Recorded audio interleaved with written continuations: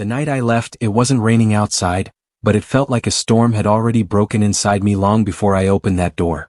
I still remember the sound of my mother's voice echoing through the hallway, sharp and heavy, the kind of words you don't forget even when you try your hardest to erase them. "You're the reason our lives fell apart," she said. My father didn't stop her. He just stood there, looking at me like I was something that didn't belong in his house anymore. In that moment, I wasn't their child. I was the blame for everything they had lost. I didn't argue. I didn't cry. I think something inside me just went quiet. There are moments in life when you realize that no matter what you say, it won't change the way people see you. I had spent years trying to be enough. For them, for their expectations, for a family that always felt like it was holding itself together by blaming someone else. And somehow, that someone was always me. That night, I went back to my room and looked around at everything I had collected over the years. School books stacked neatly on the shelf, a cracked mirror on the wall, a small suitcase under the bed I had once used for short trips that never really felt like escape. I didn't plan anything dramatic. There was no long goodbye, no emotional breakdown, no final confrontation. I just knew I couldn't stay in a place where I had become the reason for every broken thing in their lives. So I left. No note. No message. Just footsteps fading down a quiet road that felt too long and too uncertain to belong to anyone. Every step away from that house felt like I was leaving behind not just my family, but a version of myself I no longer recognized. I didn't know where I was going. I only knew I couldn't go back. The first few days were the hardest. The world doesn't pause when you disappear from your own life. People still go to work, buses still run, lights still turn on in windows where families sit together and argue and laugh and exist without thinking about leaving. I stayed in cheap places, sometimes sleeping in bus stations, sometimes just walking until my legs gave out. I learned quickly how invisible a person can become when they stop belonging anywhere. But even in that invisibility, my mother's words followed me. "You're the reason our lives fell apart." I replayed it so many times that it stopped sounding like something she said and started sounding like something I was supposed to believe. And maybe that was the hardest part, not leaving them but leaving with the belief that I had destroyed something I was never fully part of. Weeks turned into months. Months turned into years. I changed cities, then countries. I learned how to blend into crowds, how to answer questions without saying too much, how to keep my past folded tightly where no one could see it. I built a life out of silence. Not happiness, not peace, but survival. And somewhere along the way, I stopped checking if anyone was looking for me. Because deep down, I believed no one was. But life has a strange way of circling back to things you think are gone forever. 10 years later, I was living under a name that wasn't the one I was born with, in a place far from everything I once knew. I had built routines, habits, even small moments of comfort that made it almost feel like I had finally escaped the weight of that night. Almost. Then one evening, something happened that made that carefully built distance feel fragile in a way I couldn't explain. It started with a simple notification, something I almost ignored. A message from an unknown number. No introduction. No explanation. Just 3 words that made my hands go cold before my mind could catch up. "We found you." I stared at the screen for a long time, unable to move. My first instinct was to delete it, to pretend I hadn't seen it, to go back to the life I had carefully constructed piece by piece. But my second instinct was worse. It was curiosity, fear, and something I hadn't felt in years. Because if they had found me after all this time, then it meant one thing: someone had been looking. And the question that wouldn't leave my mind was simple but terrifying. After 10 years of silence, after everything I had run from and everything I had buried, what did they want from me now? I didn't sleep that night. The message stayed on my screen longer than it should have, like it was refusing to disappear, just like the memory it brought back. "We found you." 3 simple words, but they carried 10 years of silence in them. I kept trying to convince myself it was a mistake. Maybe someone had the wrong number. Maybe it was a cruel joke. Maybe it had nothing to do with me at all. But deep down, I already knew that wasn't true. Because no one had called me by my old life in a long time. My hands were shaking as I put the phone down, face down on the table, like that could somehow shut the world out. The room around me felt too small suddenly, like the walls had moved closer while I wasn't paying attention. Outside, life continued as usual, cars passing, people talking, lights flickering in distant buildings, but inside everything felt still. I tried to breathe slowly, forcing my mind to go back, to understand where this could have come from. 10 years earlier didn't just mean leaving a house. It meant leaving a whole identity behind. My name, my school, my neighborhood, even the way people used to look at me when they called my name. I changed it all step by step, carefully, like removing pages from a book so no one could read the story anymore. I learned how to speak less about my past, how to answer questions with just enough detail to avoid curiosity. But there were cracks. There are always cracks. And through those cracks, memories started to return whether I wanted them or not. I thought about my father first.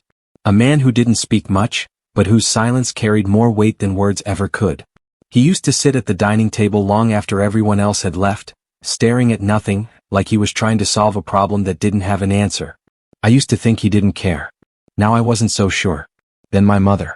Her voice was never soft, even when she tried to be kind. Everything she said felt like it had already been decided long before I heard it. I used to believe she hated me. But hatred is simple. What she felt was more complicated. Or maybe I was just trying to make it easier to understand now that I was far away. And then there was me. The version of myself I had left behind without really knowing if I deserved to leave or not. I got up and walked around the room trying to calm my thoughts. The phone stayed on the table, silent but heavy, like it was waiting for me to make a choice. I kept telling myself not to look at it again. Not to open anything. Not to feed whatever this was. But I did. Another message had come through. This time there was a line attached. You should have stayed gone. But they know now. My stomach tightened. I read it again and again trying to find something that made it less real. But the words stayed the same.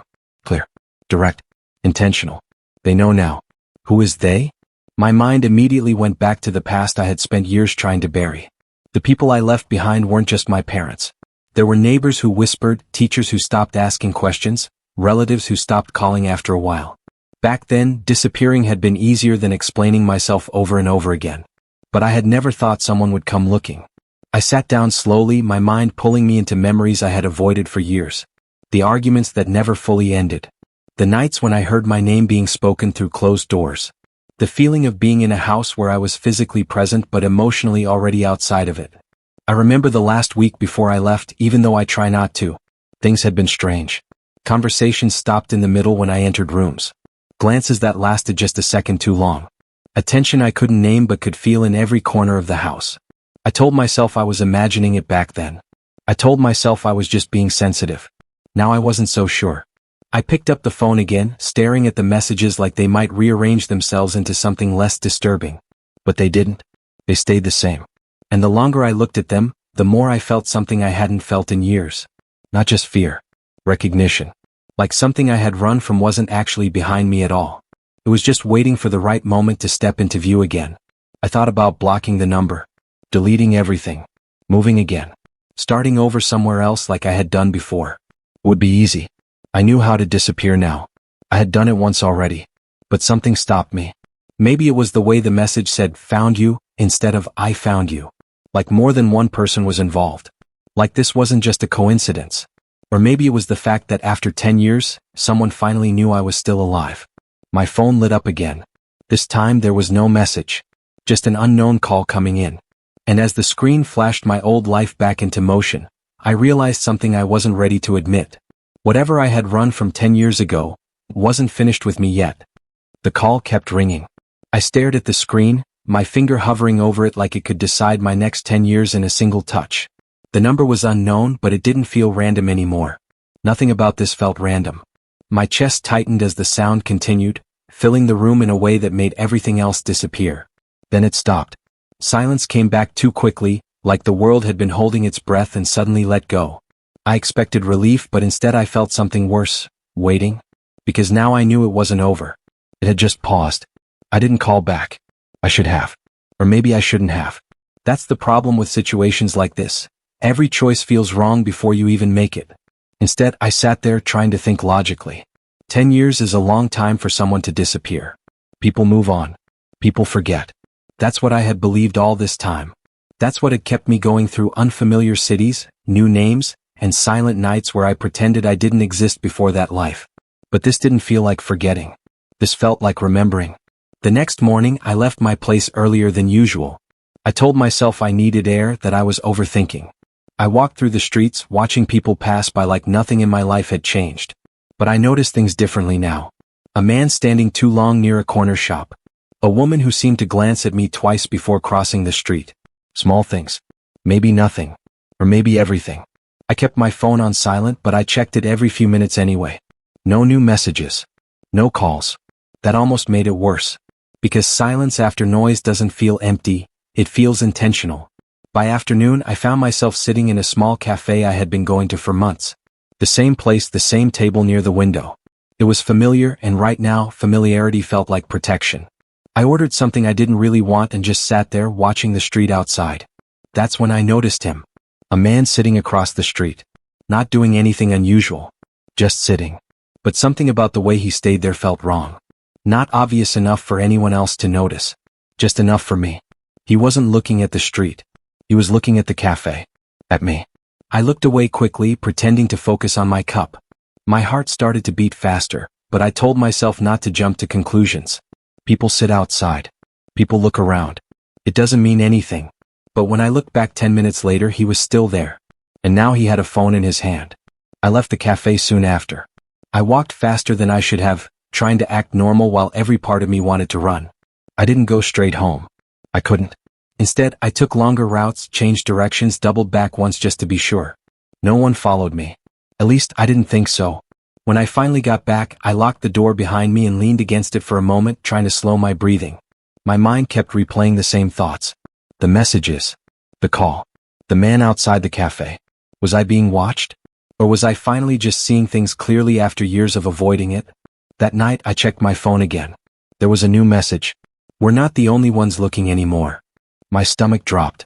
That line didn't feel like a threat. It felt like a warning. Like whoever was on the other side of this wasn't controlling it fully either. Like something bigger had started moving, and I had somehow ended up in the middle of it. I tried to think of who we could be. The wording kept repeating in my head. It wasn't personal. It wasn't emotional. It sounded organized. Like a group. Or a system. I thought back again, deeper this time. Not just to the night I left, but everything before it. There were small things I never paid attention to back then. Conversations that stopped when I entered rooms. Documents I was never shown. A phone call my mother took once that she ended too quickly, saying it was nothing important. At the time I believed her. Now I wasn't so sure. And then there were the questions I never asked. About my own family. About things that didn't add up even when I was younger. Why certain relatives stopped visiting. Why some names were never mentioned again. I had always assumed it was just family distance. Normal separation over time. But what if it wasn't? What if leaving didn't just mean running away from my parents, but something connected to them? I shook the thought away immediately. It felt too big. Too uncertain. The kind of thought that pulls everything apart if you follow it too far. Still, I couldn't ignore the feeling growing inside me. That I hadn't just been found. I had been traced. And somewhere, someone had been waiting for this moment longer than I had been gone. Later that night, I heard a knock at the door. Not loud. Not urgent. Just one knock. Then silence. I didn't move. My eyes stayed fixed on the door like it might open on its own. My phone was still in my hand, the last message glowing faintly. Another knock came. This time slower. More certain. And right before I could decide whether to speak or stay silent, a voice came through the door. Come. Familiar in a way that made my chest tighten for reasons I couldn't explain. I know you're in there. And in that moment, everything I had built over 10 years suddenly felt like it was standing on something much thinner than I ever realized. I know you're in there. Those words didn't just reach the door. They felt like they passed through it. I stood frozen, my hand still holding the phone, the screen dimming slowly as if even it didn't want to be part of what was happening. My mind raced, but my body didn't follow. It was like every instinct I had learned over 10 years suddenly stopped working at the same time. Another knock came. Still calm. Still controlled. Not rushed. Not aggressive. That almost made it worse. Because whoever it was didn't need to force the door. They were sure I would open it. I took a slow step back without realizing it. My eyes stayed locked on the door handle like it might turn on its own. The apartment suddenly felt too quiet, too small again like it had earlier that day. But this time, there was no outside world to distract me. Just me and whatever was on the other side. I'm not here to scare you, the voice said again. And something about that line made my throat tighten. Because people who say they usually already have. I didn't answer. I couldn't. My thoughts were breaking into pieces. Some telling me to open the door and end the uncertainty, others screaming at me to stay silent and disappear again. But disappearing didn't feel possible anymore. Not after the cafe. Not after the messages. Not after 10 years of carefully building a life that suddenly felt like it had been noticed from the start. I slowly moved closer to the side of the door, not enough to be seen, just enough to listen. My breathing felt too loud in my ears. I don't think you understand how long we've been trying to find you, the voice continued. Wait, that word again. It wasn't one person. It never was. My mind went back to the message, we're not the only ones looking anymore. A cold thought formed in my chest. What if I was never just missing? What if I had been placed somewhere on purpose? Or hidden? Or moved without understanding the reason? No. I shook the thought away immediately. It sounded too extreme. Too unreal. But the voice outside didn't feel unreal. It felt patient. Like someone who had finally reached the last step of a long process. I pressed my hand against the wall, trying to steady myself. My phone vibrated suddenly, making me flinch. I looked down instinctively. Unknown number again. One line only. Don't open it until you hear everything. My breath stopped. I looked back at the door. Whoever was outside wasn't forcing anything. No knocking now. Just silence again. It felt like they were waiting for me to decide. I finally spoke, my voice barely coming out. Who are you? Pause. Then a soft exhale from the other side, like they had been expecting that question.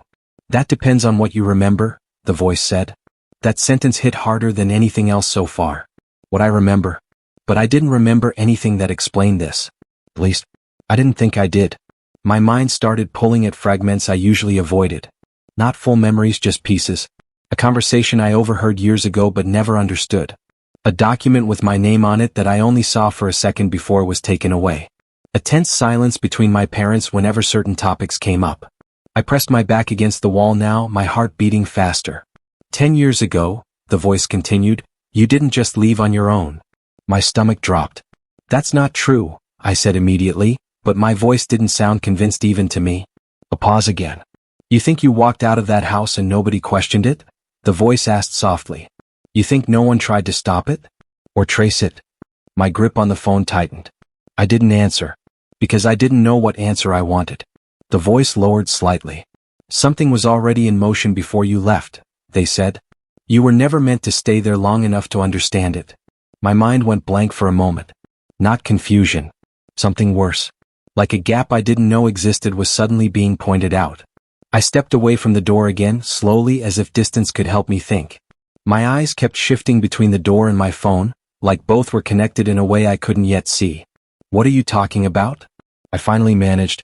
No answer immediately. Then, you need to decide, the voice said. My chest tightened again. Decide what? Pause. Whether you want the truth from me, or from them. My thoughts froze on that word. Not my parents this time. Not strangers. Something else. Something included in my past that I had never fully understood. Before I could respond, my phone lit up again. Another message. But this one wasn't from an unknown number. It was from a contact I didn't recognize, but the name displayed made my entire body go cold. A name I had never saved. A name I had never seen before.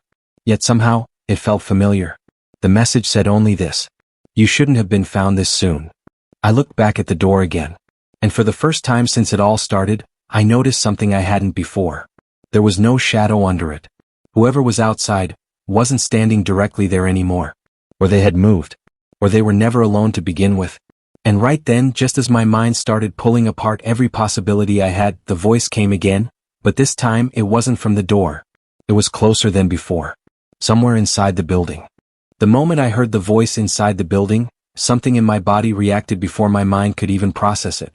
I stepped back again, slowly, my eyes scanning the room like it had suddenly turned unfamiliar. The apartment I had lived in for months, walked through every day, slept in, eaten in, now felt like it belonged to someone else. Or like someone else had finally decided to step into it. The voice hadn't come from the door. It had come from somewhere closer. Maybe the hallway. Maybe even the stairs just outside my flat. My phone was still in my hand, but I wasn't looking at it anymore.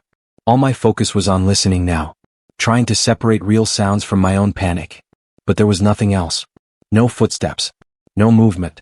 Just silence again. And silence was starting to feel like part of the plan. Then the phone lit up again. A second message from the unknown contact. You opened the wrong door first. My breath caught. Wrong door. I looked at my apartment door again, then slowly at the small hallway window beside it. The blinds were half closed, letting in a thin strip of streetlight. Enough to see shadows but not enough to feel safe. I moved toward it carefully, every step feeling heavier than the last. My mind kept telling me to stop, to sit down, to think logically. But logic didn't feel useful anymore. Everything around me felt like it had already moved past logic. I reached the window and pulled the blind slightly aside. The street outside looked normal. Too normal. A few parked cars. A dim streetlight flickering slightly. Nothing unusual. But then I saw it. Across the road, standing near the edge of the sidewalk, was a man. The same man from the cafe. My stomach dropped instantly. He wasn't looking at the cafe now. He was looking directly at my building. And this time he wasn't alone. There was someone else beside him. A woman. She was holding something in her hand, maybe a phone, maybe something else, but what caught my attention wasn't what she was holding. It was the way she stood. Calm. Certain. Like she already knew exactly where I was inside that building. My heart started beating faster again. I stepped back from the window immediately, pulling the blind shut completely this time. My breathing felt uneven, like my chest couldn't decide how much air it needed. This wasn't random anymore. This wasn't just messages or calls. This was coordinated. The voice from inside the building, the people outside, the messages on my phone. It all connected in a way I didn't want to understand. Then came another knock. Not from the door. From inside the building again. Close. Clear. Just a few meters away. I turned sharply toward the hallway, my body freezing in place. The sound had come from the stairwell. Right outside my apartment unit. Slow. Controlled. Knock. Then silence. Knock again. My phone vibrated in my hand, but I didn't look at it this time. I couldn't take my eyes off the hallway door. A third knock. Then a voice again. But this time softer. Closer. You're not safe where you are, it said. And this time it didn't sound like a warning. It sounded like confirmation. My hand tightened around the phone as I finally looked at the screen again. Another message had appeared, and this one didn't feel like it came from the same person as before. This isn't about your parents anymore. My mind went blank for a second. Then another message followed immediately. It never was. My throat tightened. I slowly backed away from the hallway door, my eyes still locked on it. My apartment suddenly felt like a trap I had been living inside without realizing it. Every corner felt exposed. Every sound felt intentional. Then my phone rang again. A known number. But this time I didn't hesitate. I answered. For a moment, there was only breathing on the other side. Then a voice, but not the one from outside. Not the one from earlier. This voice was different. Sharper. More urgent. You need to leave now, it said quickly. My heart pounded. Who is this? I asked, my voice barely steady. Pause. Then. You don't remember me, the voice said, but I know exactly what they told you. My grip tightened. What are you talking about? A sharp breath on the other end. Then the words came slower now. You weren't abandoned, the voice said. You were hidden. My entire body went still. Hidden.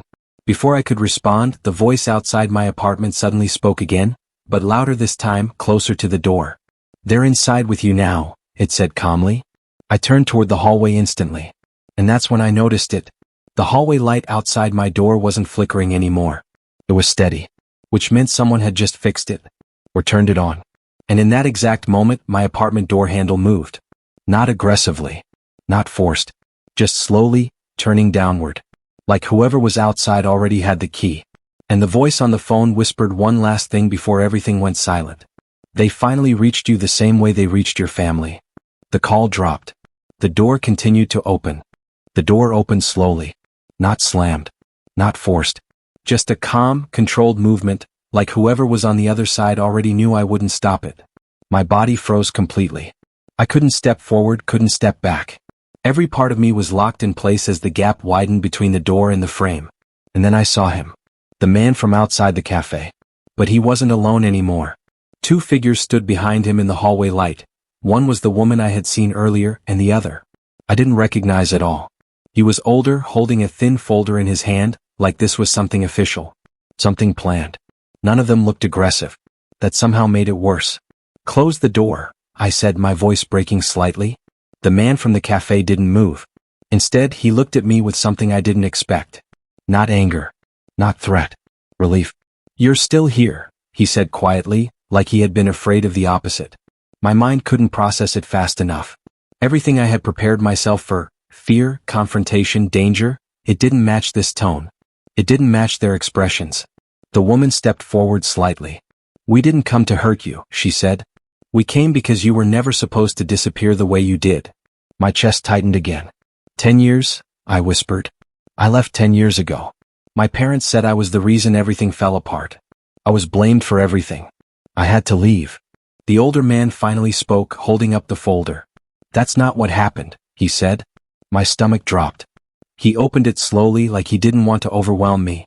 Inside were documents. Old reports. Names. Dates. Some of them blurred, some marked heavily. And then I saw something that made my breath stop. My own name. But not in the way I expected. Not as a missing person. As something else. A protected identity file. My mind went blank. What is this? I asked, stepping back slightly. The man from the cafe finally stepped inside the apartment, carefully, like he was entering somewhere fragile. You didn't run away, he said. You were removed. The words didn't make sense at first. Removed. He pointed to the file. Your family wasn't breaking apart because of you. They were targeted because of something connected to you. I shook my head immediately. No, that's not true. I remember what they said. I remember. Do you? The woman interrupted gently. Or do you remember what you were told to believe? Silence filled the room. My thoughts started spinning uncontrollably.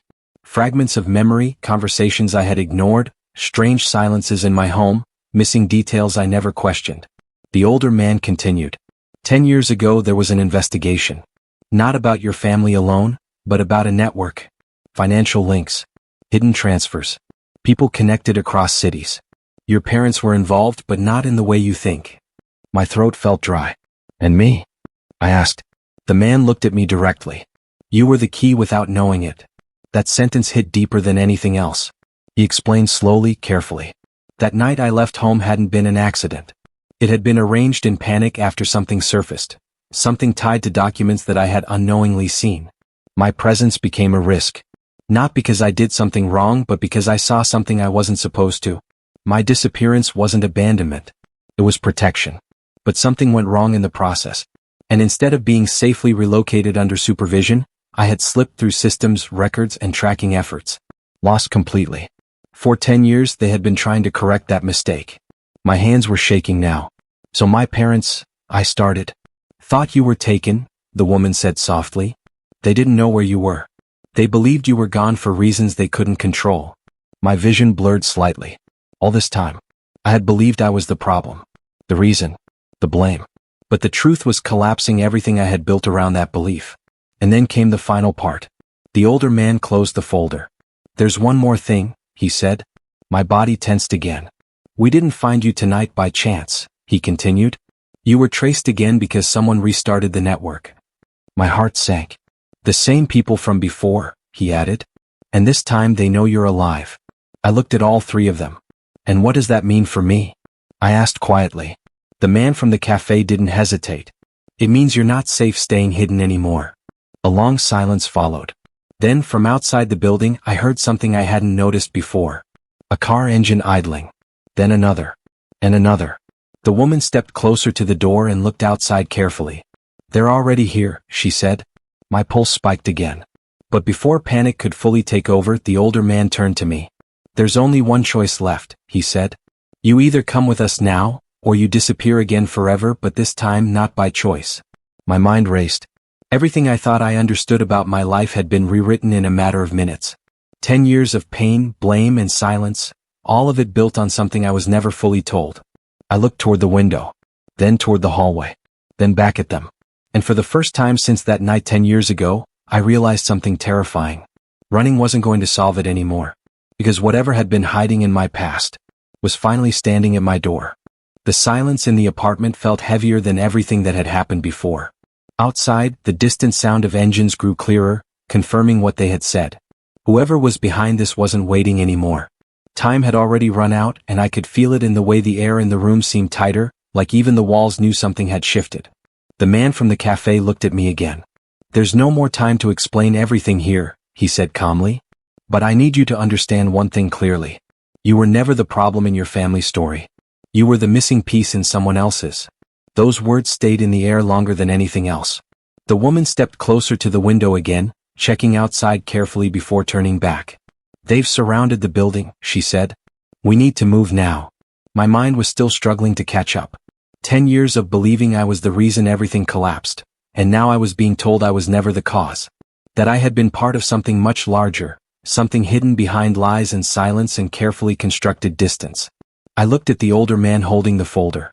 "So my parents," I started, but my voice broke slightly. "They are safe," he said quickly, as if reading my fear before I even finished the sentence. "They were moved under protection after you disappeared. They were never your enemy." That was the part one couldn't fully process. All this time, I had carried anger, guilt, and confusion aimed at people who were actually trying to survive something they couldn't fully explain either. The weight of that realization hit harder than anything else. Another sound came from outside. This time closer. Footsteps in the stairwell. Real ones. The man from the cafe didn't wait anymore. "We have to go," he said firmly. He stepped forward and gently guided me toward the back of the apartment. There was a small emergency exit I had never really paid attention to before. It looked ordinary, almost forgotten. But now it felt like the only way forward. As we moved, I glanced back one last time at the front door. It was still slightly open. And for a brief second I saw movement outside it. Shadows passing. Not rushing in. Waiting. Like they knew I was already leaving. We moved quickly through the narrow stairwell. The sound of footsteps above and below made everything feel enclosed, like the entire building had turned into a trap closing in from every side. My heart was pounding, but strangely, I wasn't as scared as I expected to be. There was too much clarity now. Confusion was fading, replaced by something sharper. Truth. We reached a lower exit that opened into a narrow back alley. The night air hit differently there, colder, quieter. A vehicle was already waiting. "Get in," the woman said. I hesitated for just a second. Not because I didn't want to move forward, but because for the first time I was leaving not as someone running away, but as someone stepping into something I finally had a choice in. I got inside. The doors closed, and the vehicle pulled away quietly into the night. Through the window I saw the building getting smaller behind us. No dramatic chase. No chaos spilling into the streets. Just a quiet disappearance from one place into another, like a chapter closing without warning. For a long time none of us spoke. Then finally I broke the silence. "Where am I going now?" I asked. The man from the cafe looked at me, his expression softer now. "Somewhere you can finally understand what happened," he said, "and decide what you want your life to be from here." It wasn't an answer that gave certainty. But for the first time, certainty didn't feel necessary. Because something inside me had already changed. Not everything was solved. Not every question had been answered. But the biggest lie I had lived with for 10 years had finally been exposed. I wasn't the reason my family fell apart. I was part of a story I was never fully told. And that realization alone changed everything. As the car moved further away from the city lights, I thought about the night I left home. The silence. The blame. The belief that I didn't belong anywhere. It all felt different now. Not erased, but understood. Sometimes people don't disappear because they are forgotten. Sometimes they disappear because the truth around them is too dangerous to stay visible. And sometimes coming back into the story doesn't mean returning to the same life. It means finally seeing it for what it really was. The road ahead was still unknown. There were still questions I would need answers to. Still people I would have to face. Still pieces of the past waiting somewhere in the distance. But I wasn't running anymore. And that, more than anything, felt like the first real step forward. As the city disappeared behind us completely, I leaned back in my seat, holding on to the quiet understanding that whatever came next, I would no longer be living in the shadow of a story I never understood. The truth had finally caught up. And for the first time in 10 years I was no longer disappearing. I was finally being found.